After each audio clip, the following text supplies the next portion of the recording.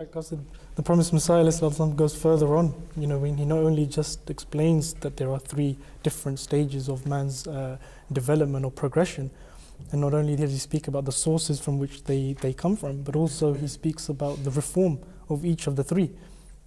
And as Masih Maud ﷺ says, that the first is that senseless savages should be taught the elementary social values pertaining to eating, drinking, marriage, etc. They should not go about naked nor eat carrion like dogs, nor practice any other type of wildness. This is an elementary stage of the reform of natural conditions of the type that would have to be adopted.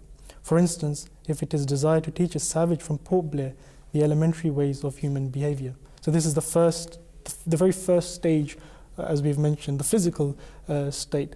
And then the second reform that Islam proposes is that the second method of reform is that when a person has adopted elementary human ways, he may be taught the higher moral qualities and should be instructed to employ his faculties in their proper places and on their proper occasions. As you were mentioning, that how the very same actions that we commit whilst in our natural state, because they're not governed by logic or reason, they just remain as just merely acts that are done by instinct, or out of instinct.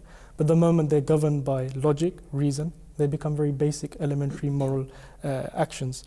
And then the third reform that Islam has given, which as Masih Maud mentions, is that the third method of reform is that those who have acquired high moral qualities should be given a taste of the draught of the love of and union with God. These are methods which Noble Quran has mentioned. So we can see that how we've got the mention of the three states, and then also the way they can be reformed, and man can progress from the very basic stage of his physical state and ultimately reach the peaks of his spiritual ascension. Yeah.